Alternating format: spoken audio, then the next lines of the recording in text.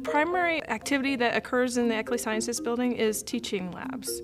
So those are general chemistry and then organic teaching labs. The space that was remodeled is all teaching labs as well as new recitation rooms that go with organic courses and the general chemistry courses. We have somewhere in the neighborhood of 3,400 to 3,500 students a year that go through these teaching labs. The older facility was built in the early 70s, and it really showed it. Everything was honestly just stained and beat up and really kind of falling apart.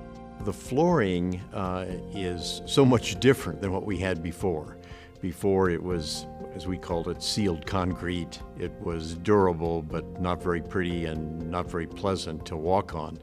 We'll have a lot of activity with pallets and movement of carts and everything else going through those corridors. So having a floor that would actually be able to uphold with all that extra weight and movement and traffic is very important as well. We won't get a chance to remodel again for another 25, maybe 30 years. And so the materials have to hold up. Ultimately, long-term maintainability and durability in a chemistry lab setting was the driving force for the selection of Nora in this project. Along with our building standards, we also insist on some fairly specific types of products. We found that by doing that, we can keep a handle on maintenance costs. Our lab director tested the Nora flooring to see how resistant it was to the things that we commonly use in the organic lab, and it held up quite well. Our project manager brought me a big square of it and said, pour whatever nasty chemicals you have in the lab on this and let's see if we can stain it and how it stands up to that.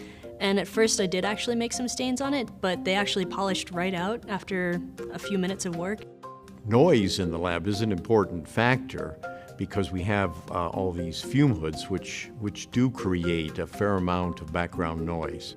This product, it really helps with the sound acoustics issues. I think it helps also with fatigue. Having that rubber flooring actually gives that added cushion. I think it's much more comfortable for the users when they have long periods of lab use, and the chemical resistance obviously is a big plus.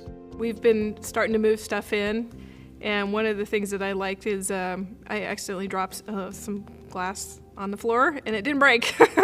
What I was wanting to have was something where the students really felt like they were walking into a chemistry space. I wanted to include at least a couple of amino acids because those are absolutely crucial for life. And then there were a few others that I thought were pretty fun. Caffeine I like because most people like caffeine, I guess. It was exciting. I was really surprised, and the product lent itself very well to the water jet cutting process, and I was just, it was beautiful, you know. You could never do that with old technology and old VCT. You can make it unique to the space that you're trying to create, and that it is a very good product for ergonomic reasons, for acoustics, for all those, for design and everything. This is a modern lab, so the safety and health of all the people who work and study in that space is just leaps and bounds beyond what it ever was before.